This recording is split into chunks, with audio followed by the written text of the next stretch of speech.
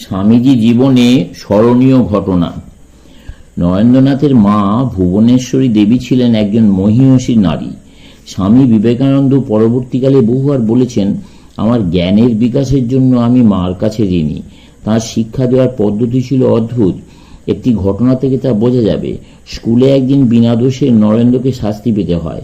ভূগোলের ক্লাসে নরেন্দ্রনাথ সঠিক উত্তরই দিয়েছিলেন, কিন্তু মাস্টারমশাইয়ের মনে হলো তার উত্তর ভুল। তাই তিনি নরেন্দ্রকে শাস্তি দিলেন। নরেন্দ্র বারবার প্রতিবাদ করলেন, আমার ভুল হয়নি, আমি ঠিকই বলেছি। কিন্তু এতে মাস্টারমশাই আরও রেগে গেলেন। বেত দিয়ে নির্দয়ভাবে নরেন্দ্রকে মারতে লাগলেন। বাড়ি ফিরে গিয়ে নরেন্দ্রনাথ কাঁদতে কাঁদতে সব কথা মাকে বললেন। মা তাকে সান্ত্বনা দিয়ে বললেন, বাছা, তোমার যদি ভুল না হয়ে থাকে তবে এতে কি এসে যায়? ফল যাই হোক না কেন, সর্বদা যা সত্য বলে মনে করবে তাই করে যাবে। মায়ের এই উপদেশের পরিপূর্ণ রূপ নরেন্দ্রনাথ দেখেছিলেন গুরু রামকৃষ্ণের মধ্যে।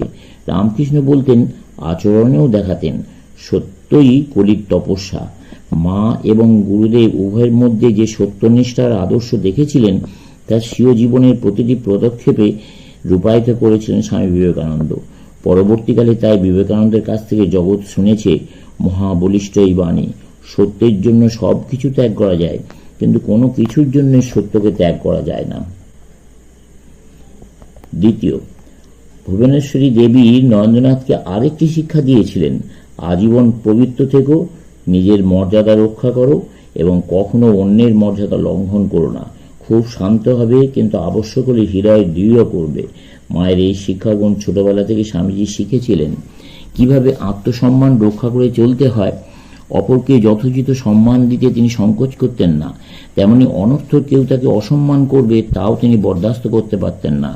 বালক নরেন্দ্রনাথকে একবার তার বাবার এক বন্ধু অযথা তুচ্ছতাচ্ছিল্য করতে থাকেন। বাড়িতে মা বাবা কখনোই নরেন্দ্রনাথকে ছোট বলে অবজ্ঞা করেননি। নরেন্দ্রনাথের কাছে এইরকম ব্যবহার তাই নতুন। অবাক হয়ে তিনি ভাবলেন, কি আশ্চর্য, আমার বাবাও আমাকে এত তুচ্ছ মনে করেন না, আর ইনি কিনা তাই ভাবেন। আহত সর্পের মতন সোজা হয়ে দাঁড়িয়ে দৃঢ়কণ্ঠে নরেন্দ্রনাথ বললেন, আপনার মতন অনেকে আছেন যারা মনে করেন ছেলে মানুষ হলেই বুদ্ধি বিবেচনা থাকে না। এই ধারণা কিন্তু নিতান্ত ভুল। নরেন্দ্রনাথ অত্যন্ত চটে গেছেন থেকে সেই ভদ্রলোক নিজের ভুল স্বীকার করেছিলেন। কঠোপনিষদের বালক নচিকেতার মধ্যেও এইরকম আত্মশ্রদ্ধা দেখা যায়।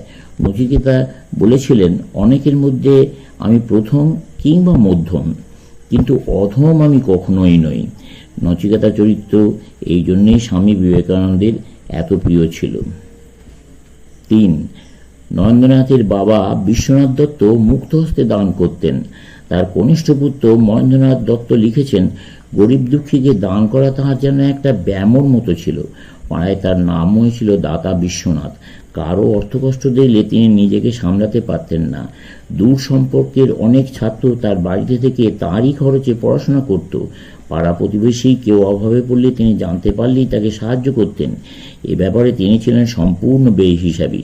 তার এই নির্বিচার দানের সুযোগে অনেক নেশাখোর এসে তার কাছ থেকে টাকা নিয়ে নেশা করে বেড়াত।